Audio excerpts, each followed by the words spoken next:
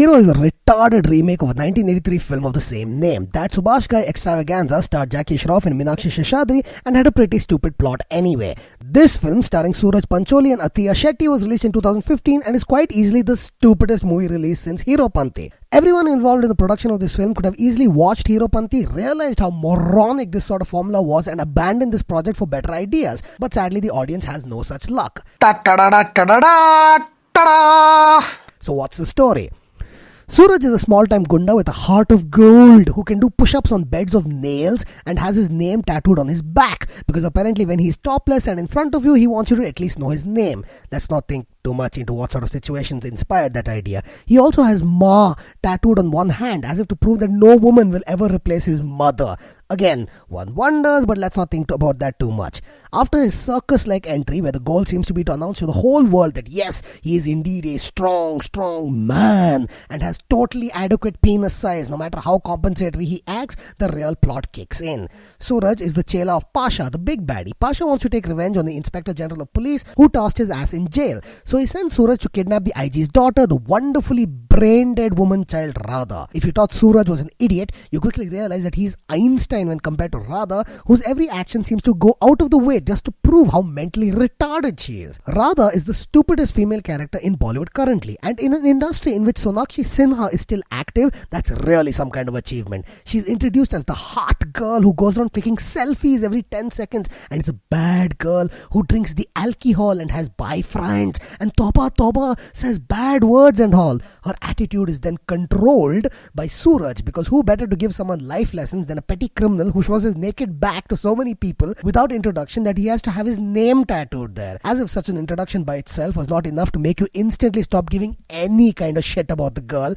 she then proceeds to get herself kidnapped by the aforementioned hero and his gang of loyal chaddi buddies. The daughter of the Inspector General of Police is told by her kidnappers with a straight face that she has been taken by this gang of men to a hut in the mountains on her father's behest to protect her, and she accepts this explanation because that's what the police do when they want to give protection, right? They dress up like a gunda and take the hot girl to a mountain where no one can hear her scream. With brains that liquefied, some sort of violent end for her seems rightly justified at that point, but the horror is merely beginning because now the time has come for the horny little toad to fall in love. Now in a more dark and sinister movie, this might actually have some sort of disturbing logic. If you're trapped in a hut in a place where no one will ever find your body, it is perhaps better to shack up with your kidnapper in an attempt to build trust and then escape. A tough choice, but perhaps one that we would all make in desperate times. But wash your minds of such fond hopes. There is no chance in hell this movie is going to have that kind of depth. You see, these idiots fall in real love. You know, the kind that happens in 1 minute to some random person from a totally different socio-economic background, because nothing gets a girl's heart beating faster than if you kidnap her and bring her a bucket of hot water to take a bath in your prison. I mean, romantic wooden lodge.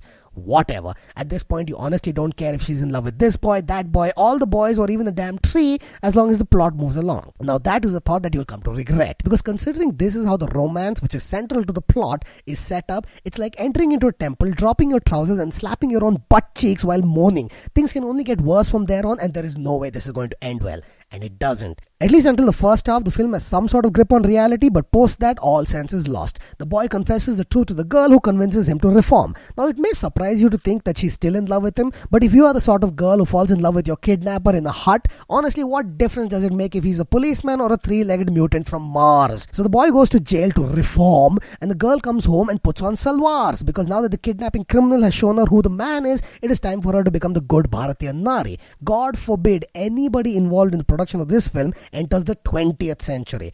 Now again, if this was a decent film, the rest of the plot could have been salvaged by making this into a story of reform and redemption, how the bad criminal finds his honest place in society and wins the acceptance and love of the girl and her father.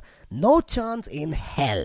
After a bunch of stuff that is honestly too stupid for words, Pasha kidnaps everyone and the hero goes and saves everyone by beating the daylights out of a bunch of people. Impressed by the boy's big muscles, the father agrees to their marriage. Presumably, this is where the editor shot himself and the film mercifully ends after 3 long hours. Good God. There is not a frame of this film that is not silly. It feels like a film made on a dare or part of some sort of vast tax scam to convert black money into white. There is not a single cliche from the past 50 50 years of Hindi cinema that is not in this film. Nothing makes sense. The characters of the two main leads are so ridiculously silly that the idea of taking them seriously never once enters your mind. Most of the dialogue feels like it was written by a drunken Bappi Lari, including gems like "Main Geeta pe haath rakh ke kasam khati hu" and referring to the lover as Radha ka sach. Every song is boring to listen to, and the film is already so long that each song is like a nail driven into your already tired skull. The action scenes are good, but the plot is so bad that you're beyond caring.